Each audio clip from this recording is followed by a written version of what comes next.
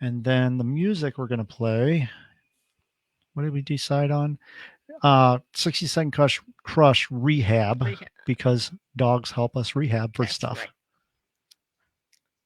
Right. All right. Let me see if I can get rid of that. Dogs help us rehab for stuff.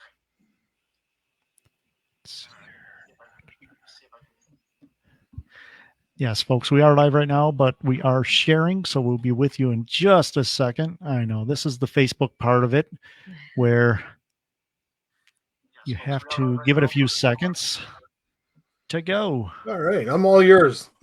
All right, let me copy and paste this on my other page, and then we'll be ready to fly. Little behind the scenes stuff, without all the cussing. I can't say big words. No. Oh, man. It's okay. I'm used to it. Yeah. All right. Are we ready? We are ready. Let's do this. We're going to play the intro music and then we'll introduce you. I lost the music. There it is. Rehab by 60-Second Crush.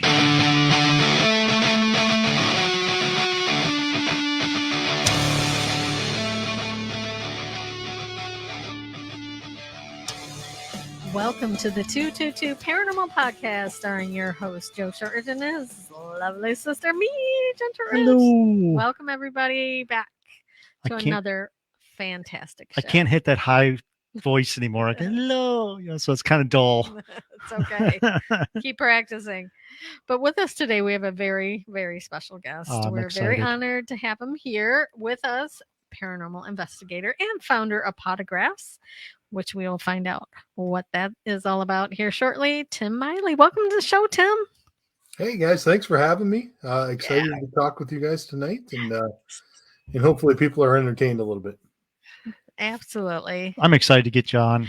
We've been talking for a while, and I've been seeing you at the conferences, and it's one of the things where we got to get Tim on. We got to get him on. And we've always been fascinated because I think we've seen you about 467 different conventions, and we're always like, why is Tim not on our show? But tonight's the night. So Thank you for stopping by, and really excited to hear your story and your journey and what Potographs is all about. I think our listeners are very curious as of right now. Yeah. So how did you start the journey? Wow. The journey actually begins in 2006. I had just bought the home that I live in now. I was going through a lot of issues personally, dealing with a lot of depression, and moved into this house and I had activity happening. And when I say activity, it seems fairly tame looking back at it now, but it was footsteps, voices, bangs on the wall. Your run-of-the-mill stuff as a paranormal investigator. But there I was at 31 years old, and I never dealt with anything paranormal before. My dad's side of the family is very religious, and what that meant growing up was when we pass, you go to heaven, you go to hell. There's no reason to talk about it, and there's no discussion. So that's how I was raised, and those were my beliefs until I moved into this house. And then all of a sudden, I'm dealing with things that are paranormal and finding out that hey, there's another side to this world, and my eyes are being opened to it. Funny story along the way. I'm a pretty big guy. I'm about 6'4", 270, and these things were happening. And the first thing I did was I called my mommy, and I told my mom what was happening. And my mom is not a brave person. She will not stay the night here to this day. And so she told me to go see what it was. So from very meager and humble beginnings, that's how it all started on the paranormal side. In the meantime, this is the first home that I'd ever bought or lived in and that I actually owned. And I always wanted a dog. That was a big thing for me when I bought this house. I want to get a dog. And I looked online and I found a yellow lab pit bull mix. And the story was that he was rescued from the home that he was in. The shelter actually went in and took him because he was being beaten so badly. Oh, no. At 6 months old, he couldn't wag his tail because somebody had tried to rip it off.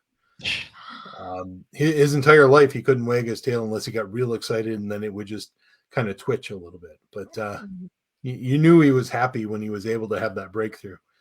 Mm-hmm. I called and asked if I could go meet him, and his name at the time was Striker, which seemed a little odd for a dog that had been beaten. But they tried to talk me out of it. He didn't like men, is what they told me. Hmm. And I told them I am not any normal man. and it worked, and they let me come and visit him. Long story short, they let him out of the kennel, and this little puppy that wasn't supposed to want anything to do with me came running to me and jumped into my arms and licking me on the face and giving me kisses. And it just felt right. I remember they let me take him outside and play with him for a while. I couldn't take him home that day. So when I left, he was still outside. And if I close my eyes, I can still see him with his paws up against the chain link fence looking at me like, why are you leaving me? I was able to go get him about a week and a half later. And I brought him home. And the first thing I noticed was that he was following everything that I was hearing and seeing. And for the first time in weeks, I didn't feel insane. There was another living being that was noticing the activity in the house. Fast forward a couple months, and my depression got the best of me. And I sat in my bathroom with the largest knife I had in the house. And I went through each family member and each friend one by one. And I came up with an excuse as to why it would be okay if I wasn't here, why their lives would be better if I wasn't around anymore. And just as I was about to do the unthinkable, I felt something on my left arm. And I looked down, and it was Murray.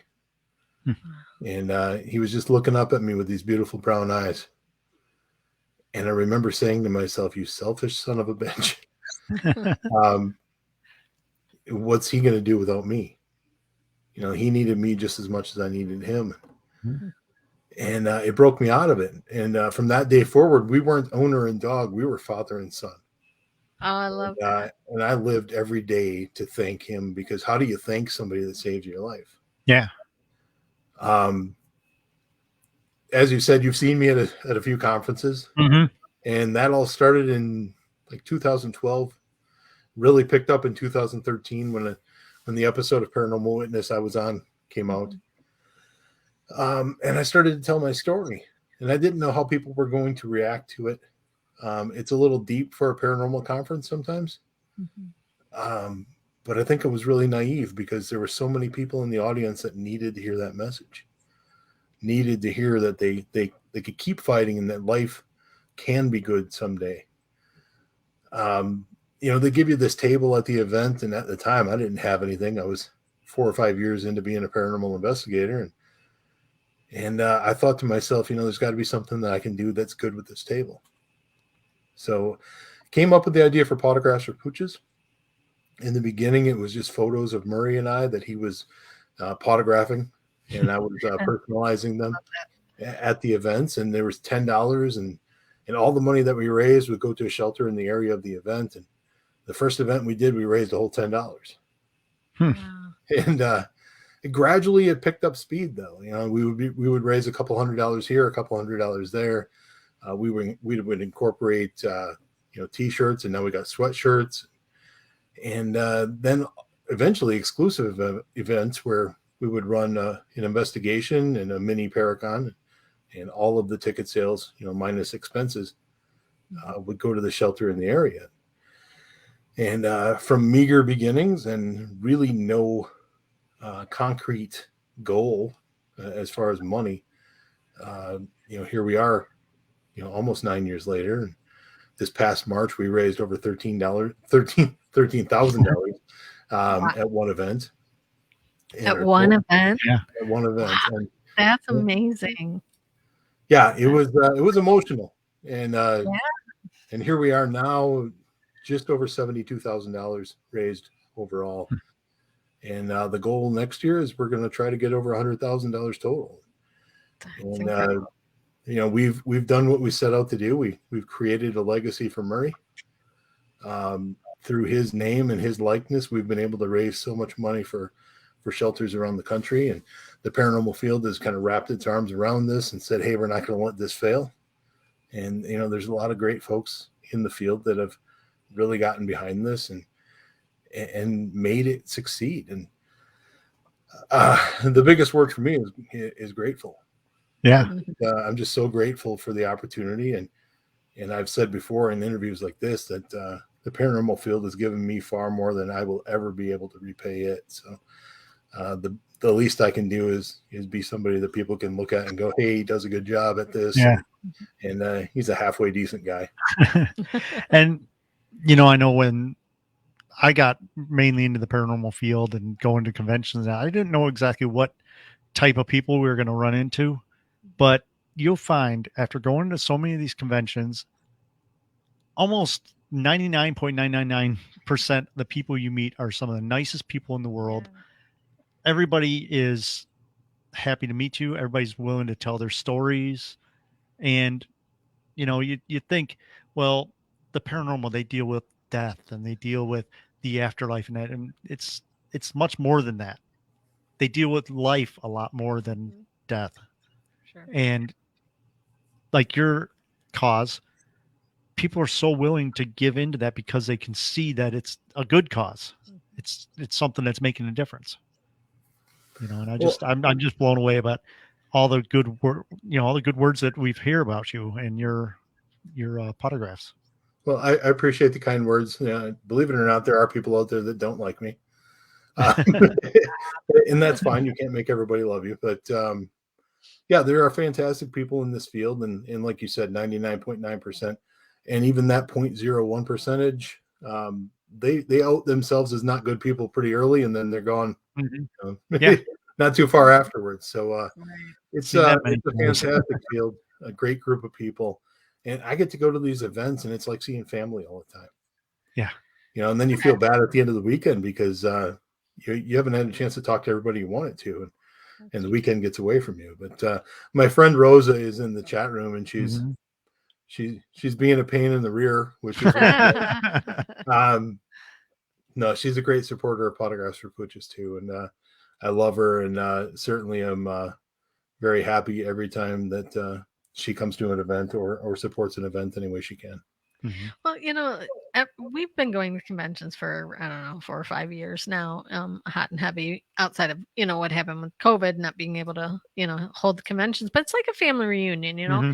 You see people you haven't seen before. We're all there like-minded.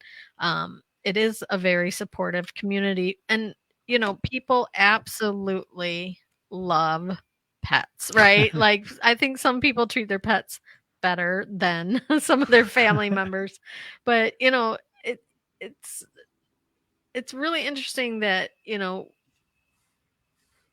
to a convention and a lot of, I'll call them quote unquote celebrities, are there to boost themselves. You're doing something that is just selfless, right? You are just passing on the goodness to all of these shelter animals who need homes. And I've seen some of the videos online. People, adopt, don't shop, right? It's important. I know it's not a dog, but I still want a capybara. Oh, you can have one. One of those giant rodents that act like dogs. They do. You can have one. But Tim, I want to go back just a little bit, talking about before you moved into this house. So did you have any knowledge of the paranormal before that? Was it just like something like, hey, maybe I heard a ghost story here or there, or did you have any experience prior to moving into this house with the paranormal? Very limited that I can remember. My dad passed at a very early age. When I was 8 years old, he was hit by a construction vehicle and ended up being in a coma for 6.5 years and passed away when I was 15. The first spirit that I dealt with when I moved into this home was my father. Wow. So I don't know how long he'd been trying to get my attention, and I just was not noticing. I can remember one thing that really sticks out from when I was younger. We had a photo. Everybody had that console TV when they were younger. Oh yeah. And you put photos on top of it, and we all thought we were high society. And I was living at home. I was in high school, and the the picture of my grandma and grandpa fell off the TV for no apparent reason. And we got a call seconds later telling us that my grandpa had passed away. Oh, Wow. And that was the closest I ever came to thinking, wow, that was a coincidence. But and anything else, I just think I was conditioned to not really even bother with it. And it sounds cliche, but everything happens for a reason. And I think there was a reason that, this period of my life was like, hey, okay, I think he's ready for this now. I used to say all the time in my lectures that I didn't choose this field. I firmly believe my father did. I think it was my father's way of saying, hey, wait a minute, when you were growing up and we were telling you all this stuff, we weren't right. and I want to help you find the right way here, that these things exist and that this exists. And it's opened up so many doors, for me, not only professionally, but personally. And that can be a double-edged sword because a lot of my friends live so far away. I have a good close group of friends here in Wisconsin, but otherwise, most of my friends live all over the country, and that can get a bit lonely, but it sure is good to get together and see them all. Yeah, for sure. Now, when you first moved into the house, what were you noticing first? Was it the knocks and bangs? Was it the footsteps, or was like everything kind of happening all at once? The first activity that I was sitting in my living room. I just moved in, so I had a TV and a couch because watching ESPN was very important to me. And I was bad. I was sitting in the living room, and I started to hear footsteps running from bedroom to bedroom upstairs, and we're talking loud footsteps. And that was the first that I'd ever dealt with it. First activity I had. That quickly progressed to what sounded like loud voices in my walk-in closet. Loud enough that I could hear, but not understand what was being said. Okay. If that makes any sense. It almost sounded like it was 3 or 4 rooms away, but you could hear loud sort of like noises. someone with a TV on in the other room. Yeah. And the first thing I did was open up my windows in my bedroom to see if my neighbor was outside screaming at somebody. And as soon as I got up and opened up the closet door, the voices stopped. Oh, wow.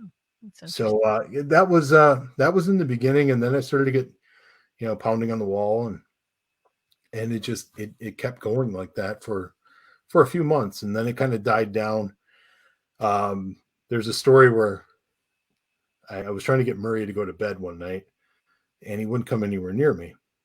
And he ran into the bedroom upstairs, and I stood in the doorway, and in the doorway to the left was the walk-in closet. And a lot of people had told me by then, this is probably your dad. He's there watching over you. He's worried about you. So I turned to my left and I said, Dad, you can go now. You're scaring the dog. I'm going to be okay. Wow. And that was in 2007 at some point. Fast forward to 2012, and I'm working a case with Scotty Rorick for the first time. And Scotty's in my living room before we left, and he looked at me and he said, your dad wants me to tell you something, but I'm not sure you want to hear it in front of everybody. And I said, well, the team is my family. You can tell me anything you need to. And he looked at me and he said, your dad's upset you told him to leave. Oh. And you want to talk about tears. Oh, yeah. I was devastated, and of course I told Scotty, I said, please tell Dad that he's welcome here anytime. And now I have this wonderful relationship with my dad that, selfishly, I wish I would have had, when I was younger and he could have still been alive. But, not many people have this special of a relationship with their father after death. And, I'll talk to him however I can, I guess. But yeah, I talk to my dad all the time. All the time, right? I'm like, Shorty, the Lions won. The Lions won this week. And I got to give you guys credit because I don't know how long I could be loyal to the Lions. I know, right? I mean, it's been so long since they've. So, yeah, we don't need to get into it. I'm spoiled. Yeah. I'm over in Green Bay. Yeah, I've had it pretty good since about 1991, so I can't complain. It's not easy being a Lions fan. I'll just leave it at that, right? I am a Michigan Wolverines fan, and to prove that, there's the big house behind me. Yeah. Yep, I see it. I was mighty excited the last few weeks here with Ohio State and then with Iowa. So, yeah, I'm pretty happy on that front. But getting back to the things that were happening in the home, in 2019, unfortunately, Murray passed away. And Murray and I had a deal, or at least I had a deal. Before he passed away, as I was holding him, I whispered in his ear, I said, "You better let me know you're okay. Otherwise, I'm coming to get you." And the thought of him being alone killed me inside. And, basically what I was telling him was, you got to let me know you're okay or I'm coming. And that sounds exactly what it sounds like. Because for so long, I'd lived my life for him, and I didn't know how to live, without him. That was the roughest night of my life. But that next morning, I woke up with 4 messages from four separate mediums. And every one of those messages started with, "You have got to tell my dad that I'm okay." Wow. And he held up his end of the bargain. So here I am. Yeah. I'm still pushing forward with autographs. And I will until my last breath, because this is his thing. Autographs for Pooches is definitely hashtag Murray's legacy. It succeeds because of him. It succeeds because of the people that support it. And I've said for a long time now that I'm just the guy that gets to tell his story. And I'm completely honored and humbled that I get to tell that story. But this isn't mine. It's his. Yeah. Now, do you believe in reincarnation? I've never really given it a whole lot of thought, to be honest with you. Okay. I have Ray now. She's also a pit lab. I see a lot of Murray in her. Sometimes I just sit and talk to her, and I swear he's behind those eyes. Yeah. I don't think it's a mistake. I don't think it's an accident that I have her. I also don't think it was an accident that I found Murray. I think it was my dad saying, "Hey, this is your boy." Yeah, I always think there's people on the other side that are directing steps, and we're just living our lives. But I think there's a lot of things that go on behind the scenes. Like with maybe our spirit guides, or some people call them guardian angels, or whatever term that people are comfortable or want to use. But I just don't think that it's just us making these decisions. I think there is a lot of a hand from our loved ones on the other side, whether they be pets or people, either protecting us, guiding us, encouraging us, or like sometimes showing you where your missing keys are, which is a big one for me. But have let me think. I got so many questions, Tim. I want to get into also, talk about your experience being on Paranormal Witness, but have you ever felt the need to just like go and adopt all the dogs out of the shelter? Like, are you just having one right now, or is there more planned, or do you have multiple pets? What's going on in the house? Well, in September, unfortunately, I lost my girl Molly. Oh, she was 13, so now I am down to 1 dog and 1 cat. And the first 5 years I had Murray, it was just him and I. And right now I'm in a place where I just want to build that relationship with Ray and have it just be her and I for a while, and give her all the loving. And then as she gets older, maybe we'll get her a friend. But for the meantime, I think it's just going to be her and I. And as far as wanting to adopt all of the dogs, I did an event in Dundee, Michigan in November, and we raised money for the Humane Society of Huron Valley. Okay. Fantastic people. I got to tour the facility, and I went there with Tim Woolworth. We love Tim. He's amazing. Tim's like a brother. Yes. But I always joke with him, and he is so much more intelligent than I am, and I have no problem saying that. Than a lot of people. Yeah, and sometimes when we're at events together and we're having breakfast, I'll just look at him and I'll be like, I don't have time for your smart stuff right now. like wait just until later in the day. Right. I don't want to feel so stupid yet. But we went there and I just looked at him. I'm like, dude, I got to get out of here. Like it breaks my heart to be in those places. Yeah. I get a lot of credit for what we do with Pottergrass, but the real heroes are the people that are out there rescuing those dogs. Yeah. And that are out there taking care of them at shelters. And I have so much respect for those people. But we did some good while we were there because I snapped a few photos of this pit bull named Zira. And she had been in the shelter for 7 months. And I shared her photo on social media 2 times. And having been there for 7 months, within a week, she was adopted and had a family for Thanksgiving.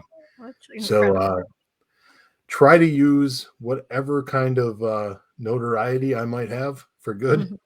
And we were able to get her picture shared and eyes on it. And she was able to get it home. So that was pretty cool. But yeah, if I could adopt every dog, like if I won the lottery, first of all, I'd have to play the lottery. But if I ever win, if you don't play, Tim. If I would ever win the lottery, though, I think my dream would be to just have a ranch and have as many animals there as I could, and just give, because every animal deserves to be loved. Mm-hmm. That's right. And before we get too far into this and we go down the rabbit hole, I am an animal lover to a point. People that love reptiles are fantastic. It's just not for me. Yeah. So if you want we agree. To start saving lizards and snakes, you're talking to the wrong guy. But you want to talk about dogs and cats, we can get that done. Okay. And rabbits. Yeah, my retirement goal is to have a rabbit rescue. So I'm like, 12 years away from that. But I will have my rabbit rescue. Sure. We met a woman at one of the conventions that is a pet psychic. And I had no clue that a pet psychic even existed until we met her. And I learned so much from her. Yeah. And, it makes sense. Dogs, I would say cats more evil, but no. But it shows that they do have souls and they do go on. And I believe that they can communicate with us. And I think that they can put people or other animals into our lives to better ourselves, and like they were with you. And it just blew my mind when I thought it clicked that, they're living creatures, and they have souls. I feel like animals recycle themselves, right? Like they come to the earth and they are our companions and they serve a purpose. And then when they pass on, they may come around for a little bit, but it's almost like their journey. Then they've got to maybe reincarnate themselves into another pet and then go into somebody else's life. And maybe they go back to the same family as a different pet, or they move on and are a companion to somebody else. I just, I can't see them just going into heaven and because they're so full of life and so full of love and unconditional love. Why wouldn't that come back? That energy come back to people who would want to take care of these animals and just feel that unconditional love. And we've heard so many stories of like ghost cats where cat will pass away. They'll see it and then they'll never see it again. It's almost like they come back just to say goodbye. Right. So maybe they are reincarnating into, I don't know. I had a cat in 2016 that unfortunately passed away, and his name was Bip. And I named him that because he was so bipolar. When I first got him, he would love Murray and then he would hate Murray and then he would love Murray. No. And then eventually they turned into best friends. And Bip got very sick very soon, very suddenly, and had to put him down. And that night I was laying in bed and Murray was on the floor. And I remember a large shadow coming into the room that caught my attention. I was just laying there in the dark. And it almost started like dancing back and forth to get my attention. And I sat up and I'm trying to focus in on the shadow. And clear as day, I see Bip walk into the bedroom. Oh my God, I got goosebumps. Yeah. And he walked up to Murray And Murray was sleeping. He walked up to Murray and sat in front of him for about 10 seconds. And then he was just gone. And in my heart, that was him coming back to say goodbye to his best friend. Oh. And I am just so thankful that I was awake for that moment. Yeah. That was pretty special. So I've had mediums tell me that Murray says he'll be around as long as I need him. And I have told him that I will need him forever. Yeah. So he can just get comfortable and hang out with his grandpa up there and enjoy everything that's up there. But like I said, I also look at Ray sometimes and I see a little bit of him behind her eyes, and that wouldn't be such a bad thing either. No. Oh, not at all. Not at all. Now, you do a lot of these charity events and at the different conventions. Is there anything upcoming if there's somebody who wanted to maybe attend an event? Do you have something scheduled coming up? My 2022 is pretty full already. All right. Great. And it's great. It's good to have that problem. In February, I'm going to be appearing at an event for Lost Limbs Foundation. Okay. Murray and I are going to be raising money for children with prosthetic needs for Mike Coach. Completely honored to be at that event. And it's going to be at the R Theater, I believe. I wish I had more information on it, but I don't have the poster. But looking forward to being at that event and helping, that cause. And then in March, we start full steam ahead with Potograph stuff. We got the Potograph Parafest 3 at Houghton Lake, Michigan on March 5th. The headliners there are Brian Cano and Paul Bradford. Oh, great. And then going to be at Ashmore Estates in April. We're going to be celebrating what would be Murray's 16th birthday that weekend. Oh. And that weekend, we've got folks like Dustin Perry, Keith Age, Scotty Rorick, Dana Stricker, a whole bunch of people. And you can go to photographsforpooches.com and you can get information there. Click on events, and then the ticket links are right there. In May, we're doing our second annual golf scramble here in Oshkosh. I never thought my boy would have his own golf tournament. That's amazing. But that was pretty cool. I know the owner, and the owner said, "Hey, let's do something here." And it helped us out, to get our name out there, because a lot of people aren't, too keen on going to a paranormal event. And it's opening it up to people that didn't want to do that. And I certainly understand that. And I don't try to change people's minds, but the facts are facts in the paranormal field, and that platform is what I have been given, and I'm going to use it to the fullest extent. Yeah. In July, I'm doing an event at Hinsdale House for Photographs for Pooches. Dan Class has given us the building for free. Oh, nice. August, I'm still keeping my schedule open just in case Brad and Tim and the people at Michigan Paracon need me to come back. Yeah. I'm starting to lose hope, but it might happen. I think they will. And then in September, we're doing an event here locally in Wisconsin at Ripon. And the headliners for that event are Dustin Perry, Chris Williams, and Shane Pittman. Shane Pittman from Holzer Files. And, of course, Dustin and Chris from Ghost Hunters. And then you get into October, I'll be back in Michigan again at Little Traverse Bay Parafest. And like I said, the year is filling up for me. And it is. And the time goes so fast. And then, there's so many different conventions, and, you try to hit them all. It's just hard to, kind of. Yeah, this kid from small town Wisconsin is getting to do a lot of traveling. So, I'm enjoying every second of it, because there may come a time when people say, "Hey, we're sick of hearing that guy talk." So I don't think so, because you know what? There's always somebody new coming to these conventions, and this is such a great platform for people who are maybe searching for some answers about the paranormal, or their pet that they lost, or maybe just want to give back and not sure how. This is a great way to do that. Come and support these events that Tim's putting on to help these shelters and raise awareness for sad little puppies. Every time I see one of those commercials, Tim, on the TV where they show the dogs and the sad eyes, I'm like, get my wallet. I turn the channel. I can't take it. I know I can't. It breaks my heart. But now, were you, or did you start, or were you a part of any paranormal investigation groups? I started Fox City's paranormal team back in January 2008. Okay.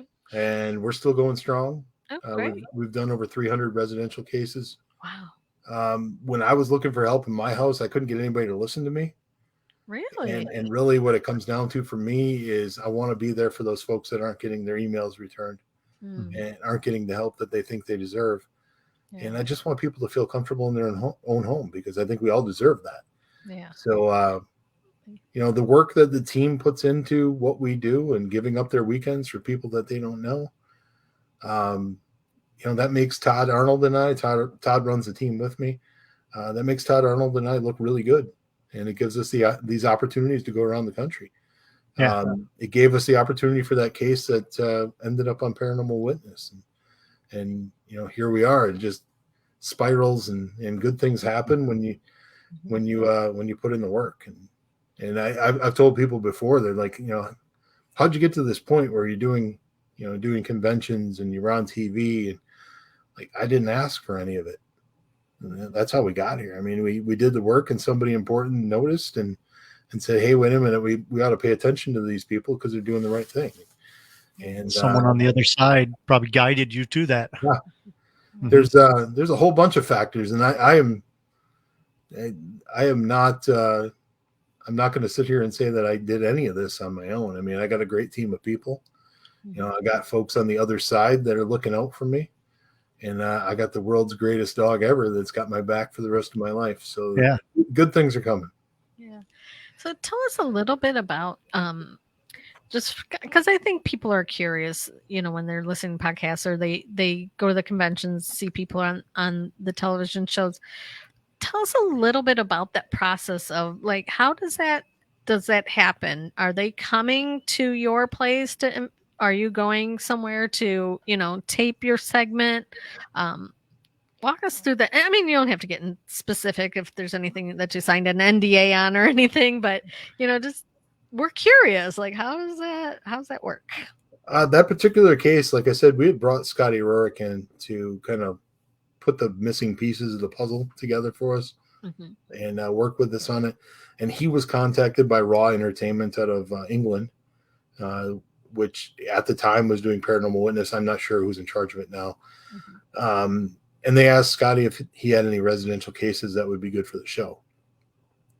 Scotty called me, and basically we talked for about an hour, and he tried to convince me to do the show. At first, I didn't want any part of it because it was a very emotional and personal case for me. We had worked 2 years on getting this 2-year-old boy to trust us to the point where he would tell us his name and his story. And this 2-year-old boy was molested and murdered by his foster father. Oh, Lordy. And, here we are coming into the home 43 years later. And the family is, hearing and seeing this little boy, and then also this older man. So like I said, we worked on the case for 2 years, and then Scotty came in at the end and was exactly what we needed as a team to kind of put it all together for us. So it took some convincing from Scotty. And at the end of the day, I said, you know what? I think Chris, the little boy, deserves to have his story told. And I'm willing to talk to them. And I talked to them for about 2 hours on the phone from London. And just tried to tell them how important it was to me that they treated this case with respect. They did come here. They rented a studio here and did all the interviews in the area. So the first day I was there, they sent me home after 6 hours because I wouldn't say things the way they wanted me to. Oh, okay. It sounds good that way. Yeah. It sounds good that way, but could you say it this way? And I was like, well, that's not what happened. They actually sent me home because apparently I was difficult to work with. But the next morning I went back, we finished up taping, and the experience itself, I mean, they exaggerated a lot on the episode, but they kept their word and they told Chris's story. Chris's story was intact, what happened to him. They didn't sensationalize that part, and that made me happy. So I think we compromised. They got their sensationalism at the end, and I got to tell this little boy's story. So I think it was a win-win for all of us. But I haven't been asked to do TV for the last 8 years since then. So maybe it's well known that I'm not easy to work with. But you're also want to tell the truth, and we've heard so many times where television shows, the people will say something and they'll be like, no, don't do it that way, do it this way, and they're like, no, that's not real, that's not what I saw, that's not what I heard. But for like me, you said, they have to sensationalize, and they have to make ratings, yeah. For me, it was very important because I think once you lose your integrity in this field, you've lost everything. For sure. And I didn't want to be a part of a show where people that knew the real story were looking at me talking on TV and going, he's full of crap. And that's not how it happened. So it was real important that I got to tell the story as it happened for me. And whatever they did with it afterwards was out of my hands. But if the right thing came along, of course I would do it again. I was pretty naive as to how many people watched that show. Because when it aired, I mean, my social media blew up, and all of a sudden I was legitimate and in the eyes of a lot of people. But it gave us a good platform because there's people in this area that saw the show and reached out to us for help. So we were able to reach other families because we were on that show too. So I still think it was a win for us as far as was it good or bad. There were some frustrating parts of it, but all in all, I'd probably do it again. And it goes to show too, when you were talking about how you were communicating with a little boy for so long, 2 years before he trusted you enough to actually communicate. And it just goes to show too that when we do these paranormal investigations, it's not, you don't get so much activity in the 45 minutes. It takes a long time, and it takes preparation, and it takes, if you do a true investigation of a residential house, you don't just go in for one night and throw some equipment around and get, evidence. It takes the research. It takes time. It takes time to communicate with the spirits, and then on top of that, the hardest part of an investigation is going over your evidence. And we've said it many times, you get 4 or 5 cameras in there for 6 hours. That's 6 hours per camera that you have to go through and look at. That is, that is mind numbing. I will tell you that. So that was the case. And we got that case 2 years in. 2 years into being a paranormal investigator, and that case fell in our lap. But that case changed me as an investigator, because up until then I was all about, let's ask questions, wait 15 seconds, ask another question. And I got so emotionally involved in that case that it changed the style of which we investigated. It became more about, hey, what can we do for the spirit? It's not just about the family. It's the spirit might need help too. And let's treat that spirit like it's in front of us. Let's treat that spirit like it's sitting on the bed next to us. Or it's sitting on the couch next to us. And as soon as we started treating spirits like people and not so much rigid questions, we started to get better and better results and more cooperation. And I credit that case and working on that one for 2 years as really being the catalyst for change for this team, and us realizing, that there's a chance here to even help the spirit. And, embarrassingly enough, I didn't recognize that in the first 2 years. So it's important to grow. And thankfully we did. And it may have been 2 years for you also, but to the boy, we don't know. And I mean, obviously time means nothing on the other side. To the boy, that could have been 10 minutes, could have been a few seconds, and then been years. We don't know. But the amazing part about that case was, like I said, we brought Scotty in on the last one, and I had never seen a medium perform transmediumship before. Had never seen it. And honestly, if I hadn't been there to witness it, I would have called BS on it. But I was sitting in that basement with Scotty when he let this boy talk through him. And Scotty had no knowledge of the case going in. Absolutely none. He came to my house, he got into my car, and we drove there. And after our walkthrough, he looked at me and he said, He's like, I wasn't expecting this. This is a lot more than I was expecting. And I said, well, we really need your help with this one. And when he started doing the transmediumship, I asked the little boy, I said, do you know who I am? And the answer was, you're Tim and I trust you. Oh, wow. And like, again, tears, because I'm a big sappy ball of mush. But, we had worked 2 years on that. And to get that response was just, it was so worth it. And it made all of the hours that we had put into it so worth it. And that's why that case was so important to me, and why I fought so hard to, not let them make a mockery of it. Yeah. Yeah. And definitely, when you're going into somebody's home, and this is just advice for anybody who's listening, who may be reaching out to a team, make sure that you ask the right questions too, because you don't want to bring somebody into your home who is just going to come in, maybe help you 1 or 2 times. You need somebody for the long haul. This, some of these cases, we've had friends of ours have cases have gone for like 5 or 7 years. They're still working. It's a commitment, right? To helping these families, and these families are so sometimes emotionally drained. So you really have to know how to deal with the living and the dead, right? I've told my team before, and it's going to sound over the top, but this is what I tell the team. Out of all of the teams that they could have chosen, they chose us. So don't break that trust. Yeah. Don't let them down. We never promise results, but we always promise that we're going to do the best we can for you. Yeah. You're not going to get a half-ass effort. That's just not what we do. And we're in it for the long haul. Like you said, I mean, a lot of times you become like family. You see these people so much. Like the case that ended up on Paranormal Witness, they had kids ranging from 8 years old to about 15 at the time. And here we are 11 years after I met that family. And, some of them are, out of the house and have their own careers now.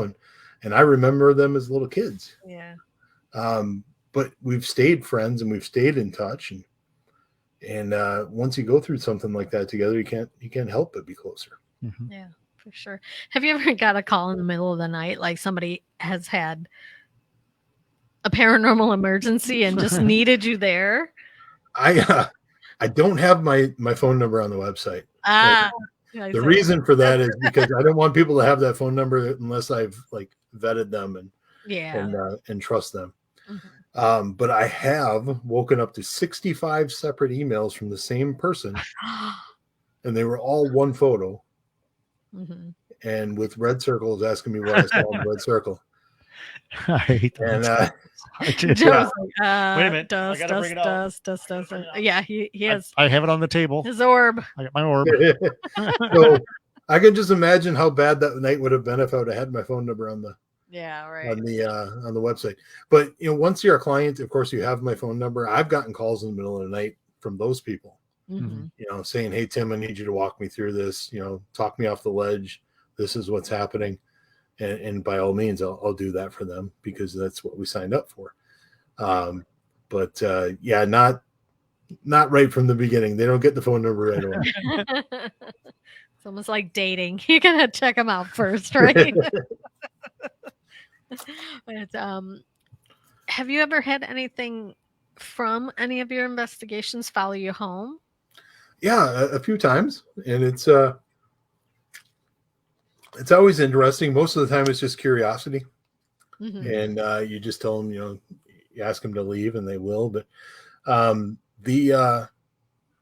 guess the one that sticks out to me the most was I was in this for maybe 2 years, and I can't remember the specific case, but I had gotten up on Sunday, like late morning, early afternoon, because we had gotten back at about 4 a.m. And I started going around the house and picking up my laundry because this just in, I'm kind of a slob. And I had dirty laundry in separate rooms. So I was going around from room to room picking it up so I could do my laundry. And Murray was following me around. And as we walked to the bathroom upstairs, the bathroom upstairs is just a half bath. It's got a shower and a toilet. And the shower door is all glass. And it swings out. Uh-huh. So as I was walking to the bathroom, I noticed that the shower door was open, and I never leave it open. And as I got closer, the door slammed shut. Oh. And I looked down at Murray, and all I said was, "I got to stop bringing this shit home with me, buddy." and he just kind of gave me this look like, I don't know what that was. Like, we were both dumbfounded. There were other times when I would come home and Murray would notice things. He would be acting strange, and I would just say, "Hey, you know, I understand you're curious, but you know, like we said at the house, you can't come home with us. You can't be here. You know, I appreciate what you did for us tonight, but you need to go back." And for the most part, we haven't had an issue with that. And thankfully, others on the team don't seem to get affected by it as much as I do. I think that has something to do with being a team leader and kind of taking the ownership of, I'm very protective of the people on the team. And I want to make sure everybody's okay. I want to make sure that they go home the same way that they went to the investigation. I don't want to have to call somebody's wife or husband or boyfriend or girlfriend and say, "Hey, this happened to them tonight." You know, that would honestly be terrible. You know, the team is like a family, and you never want anything to happen to your family. So I take it real personal and take it upon myself to be as protective as I can and kind of watch out for everybody on the team. Yeah. Definitely, because you know, those are the people that have your back, right? Like you Yeah, never know. I mean, you never know. You could go into an investigation and you know, the family may be experiencing something. You come in and it could just go from 0 to 50, right? Like at any point. So you have to make sure that you have people who know you enough to recognize if you're not acting like yourself, or maybe something's attached or trying to attach to you or attached to you, or you know, you just never know. Joe and I learned the hard way, right? Like we didn't even realize that we were supposed, when we first started out, tell the spirits they can't come home with us. Yeah. You know, and here we are, we're, you know, loading all our stuff up and just hopping in the car and bringing, you know, all the spirits and just riding along in the Volkswagen. Come on, let's go. Going 50 miles somewhere. You know, so and the thing people need to understand too is just because you tell them they can't, doesn't mean they won't. True. You know, it's a lot like trying to move a spirit along. I don't think there's any foolproof 100% fail-safe that says, okay, we can get rid of the spirit. Yeah. You know, it's a lot like I've heard this analogy before. You see an old lady at the corner, and she's trying to cross the street, or it looks like she's trying to cross the street. So you try to be a really nice guy and go over there and help her across the street, but she doesn't want to leave the street at all, and she fights you the entire time. You know, unless she wants to go across the street, she's not going to. So, you know, there are situations where, you know, we do our very best, and you know, I come on these shows and, you know, I tell you all the good things that we've done, but you know, but then there's also cases where we look back and you know, you're like, why did we do it this way, or why didn't this work? And I think in order to get better, you have to be critical of yourself and say, hey, why didn't we do it this way? What was the reason behind that? And just self-analyze. And I think you always have to strive to get better.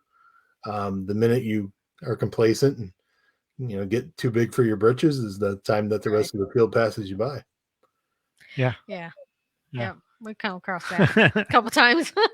We won't talk about that, but no, you know, like it's I think, you know, people who just watch the paranormal shows just have this idea that you can come in and solve a case in like 30 minutes and be done with it. And it's not how it is, right? Yeah. Like it's months and months and months sometimes of trying to earn the trust of the spirits, communicate with the spirits, figure out what's going on. How do you resolve it? You know, understand like what the family needs, right? Like, you know, maybe it's just good old Uncle George hanging out, trying to tell him that, a copy of his will's hidden in the wall or something, and they think they've got a demon running around and they're scared to Demon. death of demons. But, it's a lot more work than, and you can be attest to that as and one other thing I wanted to ask you. Just because I'm a rabbit hole person. Like there'll be like 50 questions going in and out of my head all the time, and I'll just go from one thing to the other. But like, what's going on in where you live? Like, is there a lot of activity that I don't know? What do you mean, his house or the area? Just the area. Like, we always think Wisconsin's kind of just like this kind of unicorn of like strange and weirdness. And is there any other kinds of paranormal activity going on where you live? Bigfoot, cryptids? Anything, elementals? I want nothing to do with Bigfoot. I've been invited on Bigfoot hunts and stuff, and I've always said, what are we going to do when we find it? Exactly. Like it's not going to be happy. I don't need to get bludgeoned to death by Bigfoot just to prove that it exists. Just get it on camera. Yeah. But in northern Wisconsin, there's a lot of people that do that. Okay.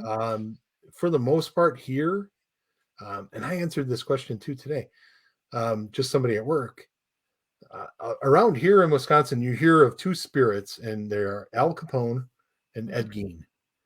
And those are the two that businesses will proclaim to have, so they can get you in the door. Right. But those are the two big spirits in Wisconsin, or at least in this area. Most of what we do is residential, so it really comes down to friends, family of whoever we're dealing with, or what was on the land before, which typically comes down to Native Americans. Right. There's a lot of that in Wisconsin. So the first Native American case that I did, we were lucky enough to work with a shaman and kind of walk me through everything, because I think it's also important to understand that you don't know everything and use that great network of friends that you're able to build through these events to help you and the client. That's interesting. Is there any place that you would like a commercial place, not residential, that you haven't been to that you would love to go to investigate? I used to say the White House, but that seems to be a hot button topic now. Yeah. So I don't want to be anywhere near that building. I will say that my favorite building is the Hinsdale House. Yeah. Okay. I've been there a couple times. As far as having not been somewhere and wanting to be, I think Bobby Mackey's and probably Waverly Hills are the two that are on my list right now. But I've been blessed beyond words to go around this country and go to places and have opportunities. So, I mean, if it's not meant to be and I never get there, then life is still good. That's right. But hey, we're running out of time here. We want to thank you very much for coming on. I've been really looking forward to this, and we finally got to have you on, and we're definitely going to have you on again. Hopefully we see you at a bunch of the conferences, and maybe we'll get you on live. We'll put you on the spot. Thank you very much for having me. I appreciate that. Yeah, we always love to interview. And tell everybody again where they can go to find out more information about Potographs. You can go to photographsforpooches.com. It's got the events on there. The front page has got the posters of the other places I will be next year. Find me on Facebook. Send me a friend request, because that's where I mostly do my updating, because I forget to do everything else. Right. Okay.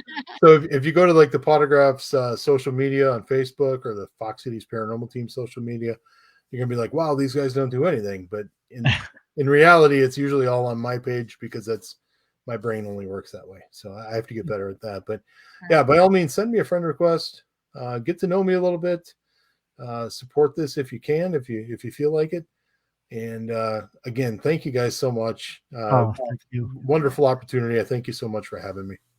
Yeah, well, keep up the good work, because it's important, and we really appreciate what you do, and I'm sure the shelters around the country do as well. Yeah. Thank you. And we want to thank you, audience, for tuning in. Like we say every day, thank you. We definitely have some t-shirts up on our website. Get up there and buy some t-shirts so we have gas money to get to the conventions. Right. And we want to leave you in honor of the Pooches with some Rehab from 60 Second Crush, because they definitely help us with our rehab. Adopt, don't shop. Yes.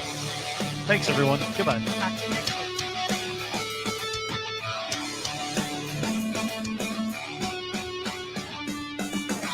So you think you got problems? I can tell you mine.